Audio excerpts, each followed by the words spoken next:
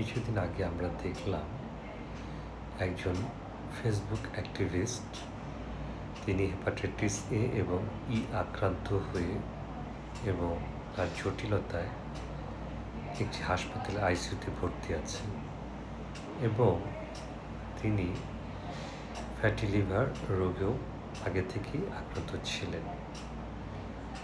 Hepatitis A এবং ই আমরা জানি দুইটাই সেলফ লিমিটিং ডিজিজ, কিন্তু আমরা অনেক সময় এটাকে অবহেলা করি।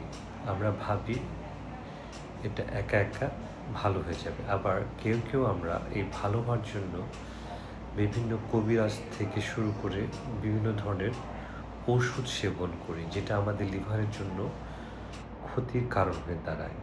এবং হেপাটাইটিস এ এবং ইর একমাত্র চিকিৎসা সম্পূর্ণ বিশ্রাম এবং সুস্থ খাবার, তৈলাক্ত খাবার অ্যাভয়েড করা।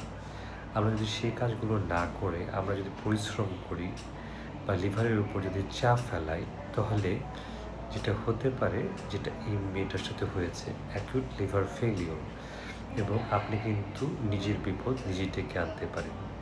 তাই আমরা সচেতন হই, নিজেকে সচেতন রাখি এবং এরকম সমস্যা সৃষ্টি হলে অবশ্যই একজন বিশেষজ্ঞ চিকিৎসকের শরণাপন্ন হন। ধন্যবাদ।